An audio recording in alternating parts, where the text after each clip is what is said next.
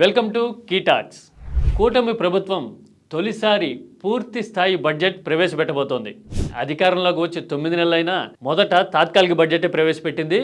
ఇప్పుడు పూర్తి స్థాయి బడ్జెట్ ఈ సమావేశాల్లోనే ఏపీ ముందుకు రాబోతోంది. ఏపీ ఆర్థిక పరిస్థితి దారుణంగా ఉందని, రాష్ట్రాన్ని పట్టాలెక్కించడం తన కర్తవ్యమని చంద్రబాబు పదే పదే చెప్తూ ఉంటారు. అసలు ఎటు చూసినా ఒక నెగిటివ్ ఆరా కమ్మేసిన పరిస్థితుల్లో అసలు ఏపీ దిక్కు తోచని పరిస్థితిలో ఉందేమో అనే అభిప్రాయం చాలా మందిలో ఉంటుంది. కానీ అసలు వాస్తవాలేంటి? కేంద్ర గణాంక సంస్థ చెప్తున్న నివేదికల ప్రకారము, నీతి ఆయోగ్ నివేదికల ప్రకారం, ఆర్థిక సంఘం లెక్కల ప్రకారం ఏపీ ఎక్కడుంది, ఏ స్థానంలో ఉంది, పర్ క్యాపిటా దగ్గర నుంచి పావర్టీ ఇండెక్స్ వరకు ఏపీ పరిస్థితి ఏంటి అనేది డీటెయిల్గా చూద్దాం. Don't forget to subscribe కీటాక్స్.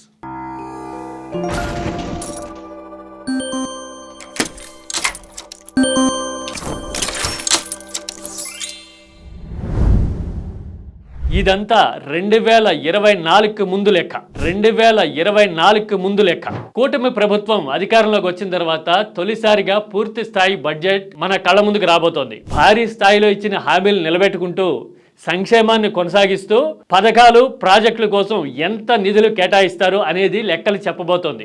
ఇప్పటికే కేంద్రం బడ్జెట్లో భారీగా ఏపీకి నిధులు కేటాయించింది. 24,000 కోట్లకు పైగా పోలవరం ప్రాజెక్టుకి కానీ, విశాఖ స్టీల్ ప్లాంట్కి కానీ, అలాగే షిప్ యార్డ్కి కానీ, రాజధానికి కానీ, మిగతా అభివృద్ధి పథకాలకు కానీ భారీ స్థాయిలో నిధులు రావడం చూసాం. ఇప్పుడు రాష్ట్ర బడ్జెట్ వంతు వచ్చింది. కేంద్రం నుంచి గ్రాంట్లుగా కానీ, రాష్ట్రానికి పన్నుల్లో వాటాలుగా కానీ దాదాపు 90,000 కోట్లకు పైగా ఏపీకి సొమ్ములు వస్తూ ఉంటాయి. 2023-24 లెక్కల ప్రకారం ఏపీకి పన్నుల ద్వారా 86,000 కోట్ల ఆదాయం వచ్చింది. పన్ను ఏతర ఆదాయం, ఫిక్స్డ్ రెవెన్యూస్ 7,500 కోట్ల వరకు ఉన్నాయి. ఇది మన రాష్ట్ర ఆదాయ పరిస్థితి బ్యాక్గ్రౌండ్. ఇక దేశవ్యాప్తంగా రాష్ట్రాల పరిస్థితిని బట్టి చూస్తే ఏపీ ఏ స్థాయిలో, ఏ స్థానంలో ఉందో కూడా చూద్దాం. ఇదంతా ప్రింటెడ్ ఇన్ఫర్మేషన్, కేంద్రం ఇచ్చిన లెక్క. ఇవన్నీ 23-24 నాటి లెక్కలు. గత ప్రభుత్వం ఉన్నప్పుడు పూర్తి బడ్జెట్ ప్రవేశపెట్టే నాటికి ఏపీ స్థితిగతులు ఎలా ఉన్నాయో చూద్దాం.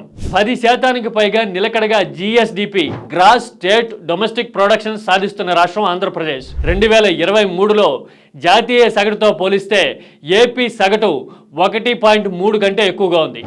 ఏపీ GSDPలో దేశంలో 9వ స్థానంలో ఉంది. 8వ స్థానంలో ఉన్న తెలంగాణకు, 7వ స్థానంలో ఉన్న రాజస్థాన్కి మధ్య స్వల్ప తేడా మాత్రమే ఉంది. అంటే టాప్ 7కి దగ్గరగా ఉంది. తలసరి ఆదాయం విషయంలో ఏపీ 15వ స్థానంలో ఉంది. ఏపీలో తలసరి ఆదాయం తల ఒక్కింటికి ఆదాయం 2,42,000. 2020 తర్వాత రెండంకెల్లో తలసరి ఆదాయం పెరిగిన అతి కొద్ది రాష్ట్రాల్లో ఏపీ కూడా ఒకటి. ఇది ఒక రికార్డు. కోవిడ్ తర్వాత పరిస్థితుల్లో పేదరికంలో ఏపీ 8వ స్థానంలో ఉంది.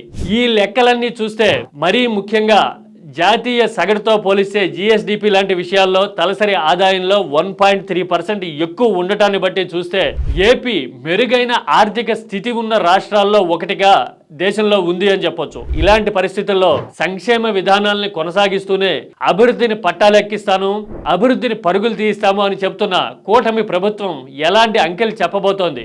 తల్లికి వందనం లాంటి పథకాలకి ఎలాంటి కేటాయింపులు చేస్తారు? చంద్రబాబు ప్రభుత్వం ప్రవేశపెట్టబోయే బడ్జెట్ అంచనాలను అందుకునే అవకాశం ఉంటుందా? బడ్జెట్ మీద మీ యాంటిసిపేషన్ ఏంటి? మీ అంచనా ఏంటి? కామెంట్లో చెప్పండి. Don't forget to subscribe కీటాక్స్.